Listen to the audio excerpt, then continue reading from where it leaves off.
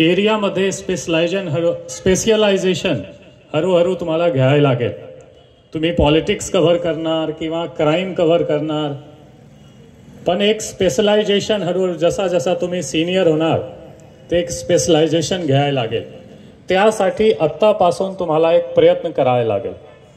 ते तुम्ही स्टार्ट कधीही करू शकतो. स्टार्ट करण्यासाठी डिग्रीची गरज नाही, पण जसा जसा तुम्ही सिनियर होणार एक मॅच्युअर जर्नलिझमसाठी तुम्हाला काहीतरी अभ्यास करून त्यावर एक स्पेशलायझेशन करायला लागेल. तसेच जर्नलिझममध्ये एक सकारात्मक बदलाव हा एम घेऊन तुम्हाला पुढे जायला लागेल.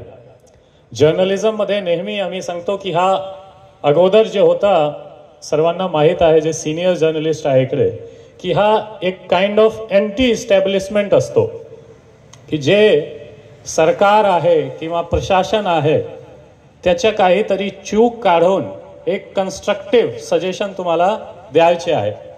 पण आमचं म्हणणं आहे की ठीक आहे, तुम्ही कन्स्ट्रक्टिव्ह क्रिटिसिझम करा, पण तसेच जे एक एम असली पाहिजे हा एक सकारात्मक बदलावचा एम असला पाहिजे. असा नाही की जसा एक तुम्ही काही लोक दुष्यंत कुमार ऐकला. दुष्यंत कुमार एक हिंदीमध्ये नोवेल रायटर आहे, खूप पॉप्युलर, आणि त्यांची खूप एक आंदोलक रायटिंग असतो. त्यांनी म्हणलेलं आहे कि केवल हंगामा करना हमारा मकसद नहीं, प्रयास कोशिश ऐसी होनी चाहिए कि सूरत बदलना चाहिए. तो फक्त असा लेखनी नहीं की काहीतरी सेन्सिटायझेशन, सेन्सेशनलिझम किंवा काहीतरी एक व्हायलेंट न्यूज, ब्रेकिंग न्यूज असावर फोकस तो ठीक आहे, पण तसेच असा फोकस असली पाहिजे की काहीतरी हा न्यूजच्या, हा बातमीचा एक सकारात्मक पृष्ठभूमी, एक सकारात्मक बदलाव हा न्यूजवरून आली पाहिजे. आणि दुसरी गोष्टी, आमची पत्रकार आजकाल, आमची पोलिसिंगमध्ये सुद्धा आमचे जे जॉब आहे फील्ड जॉब आहे पोलिसिंगमध्ये, तसेच पत्रकारिता सुद्धा एक फील्ड जॉब आहे. आम्ही, आणि तुम्हाला पण आता एक्सपिरियन्स होणार की आम्ही व्हॉट्सअप पोलिसिंग किंवा व्हॉट्सअप पत्रकारिता असा करतो. आता फील्डवर जाण्यापेक्षा व्हॉट्सअपवर बघून काय ट्विटरमध्ये आहे, काय सोशल मीडिया फेसबुकवर आहे, त्यावर आधारित आम्ही बातमी छापतो. आणि तसेच आमची पोलिसिंगमध्ये सुद्धा काय चाललेलं आहे फक्त मी व्हॉट्सअपवर इन्स्ट्रक्शन देणार, तो हा दोन्ही थोडा कमी करावा लागेल. तुम्ही जे सर्व तरुण पत्रकार आहे, माझी सजेशन राहणार की स्टार्टमध्ये तो तुम्हाला फील्डवर 90% फोकस करायला लागेल. आणि फील्ड म्हणजे असा नाही की फक्त तुम्ही सरकारी ऑफिसेसचे चक्कर लगावणार, असा नाही. फील्ड म्हणजे गाव पातळीवर जाऊन, तालुकामध्ये जाऊन, गाव खेडेमध्ये जाऊन तिथे काय समस्या आहे, काय चालू आहे यावर फोकस करायला लागेल. तसेच सेम सजेशन मी पोलिसिंगमध्ये सुद्धा देतो की आपण पोलीस स्टेशनमध्ये बसून किंवा SP ऑफिसमध्ये बसून पोलिसिंग होणार नाही. आमची बीट लेवलवर पोलिसिंग गेला पाहिजे. आमचे तालुका लेवलवर, बीट लेवलवर पोलिसिंग आमची पोहोचली पाहिजे. आमचे संपर्क समन्वय बीट लेवलवर, मोहल्ला कमिटी लेवलवर घ्यायला लागेल. अदरवाईज आर्मचेअर पत्रकारिता आणि आर्मचेअर पोलिसिंग हा दोन्ही बरोबर नाही, आणि हा दोन्हीची स्वतःची लिमिटेशन आहे. तो तसेच आमची फक्त एक सजेशन राहणार, एक दोन जे मी तुम्हाला सांगितलं आहे, परत रिपीट करतो की थोडासा अभ्यास करत राहा. पार्ट टाइम प्रोफेशन सारखा घेऊ नका, आणि नेहमीच काय खरा न्यूज आहे यावर जास्त फोकस करायला लागेल. आणि हा जे एक आयोजन आहे हा आहे पोलीसची भूमिका, पोलीस पत्रकारचे समन्वय यावर आमची असं म्हणणं आहे की पोलीस आणि पत्रकार आणि तसेच जे आमचे सामाजिक कार्यकर्ता, लोकशाहीचे जे कार्यकर्ता आहे, राजकारणचे कार्यकर्ता, हा सर्व जोपर्यंत समोर सोबत येणार नाही, कोणीही समाजमध्ये किंवा कोणीही डिस्ट्रिक्टमध्ये, तालुकामध्ये लॉ अँड ऑर्डर किंवा पोलिसिंग बरोबर होणार नाही. जर काही वाईट घटना घडली, काही रायट झाला, काही छोटा मोठा कम्युनल इन्सिडेंट घडलेला आहे, त्यामध्ये सुद्धा पत्रकारची खूप मोठी जबाबदारी आहे.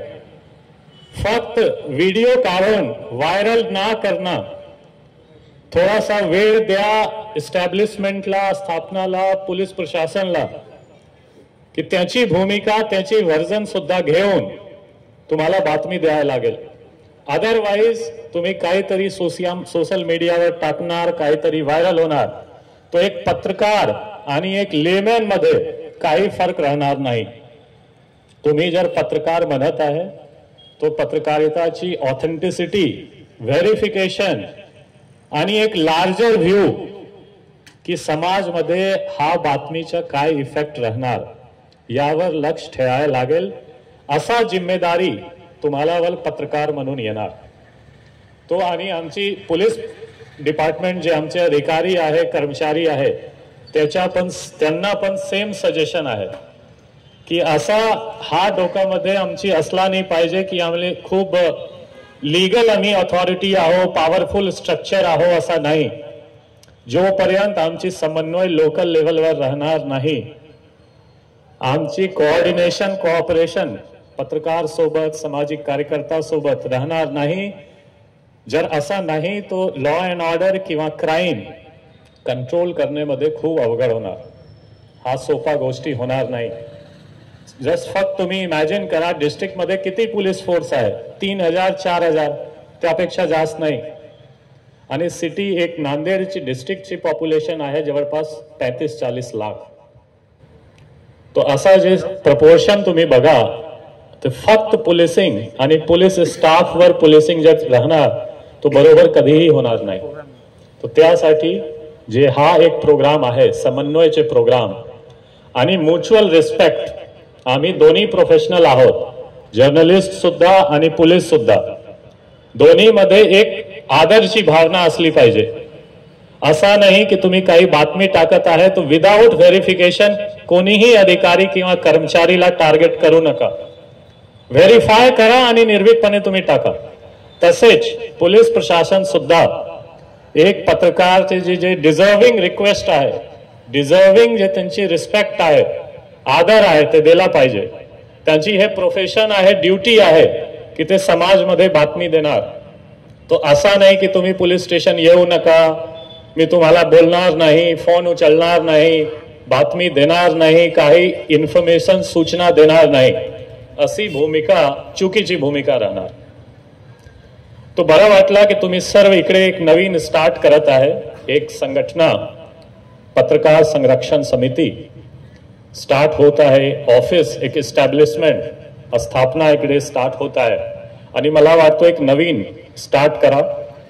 एक पोलिसिंग मध्ये जे देगलूरची लॉ अँड ऑर्डर मध्ये जे ओळख आहे की एक शांतता प्रिय तालुका आहे, तसेच नांदेड एक देगलूरची इमेज बिल्डिंग वर सुद्धा आम्ही फोकस करू. आणि यापुढे सुद्धा आम्हाला माहित नव्हता की कोण आयोजक आहे, मेन कोण कोण सदस्य आहे. काही ह्यामध्ये डिबेटेबल पण राहणार, काहीतरी कॉन्ट्रडिक्शन पण राहणार. पण जो भी मुझे बुलाएंगे मैं सबके पास आऊंगा. इसलिए मैं बोलता पुलिसिंग एक फील्ड जॉब आहे. तो नांदेड मध्ये कधीही कोणीही ग्रुप असो, पत्रकारितामध्ये सुद्धा मला माहिती मिळाला की काही ग्रुप असतो, पण असा ग्रुपिज्म वर जास्त लक्ष ना देता जो भी बुलाएंगे, अगर उनका एम सही है, पर्पस सही है, तो हम लोग आते.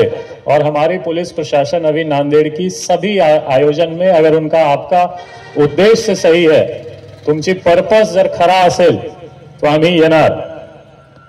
पण एक सकारात्मक बदलाव, जसा मी सांगितलंय तुम्हाला, त्यावर लक्ष ठेवून आमची पोलीस प्रशासन सुद्धा काम करणार.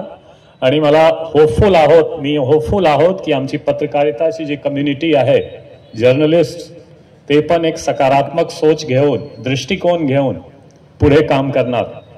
परत एक बार मी खूप आभार मानतो. तुम्ही सर्व इकडे बोलायला खूप पेशंटली तुम्ही ऐकलेलं आहे आणि मला बोलावल्याबद्दल खूप खूप आभार. जय हिंद, जय महाराष्ट्र.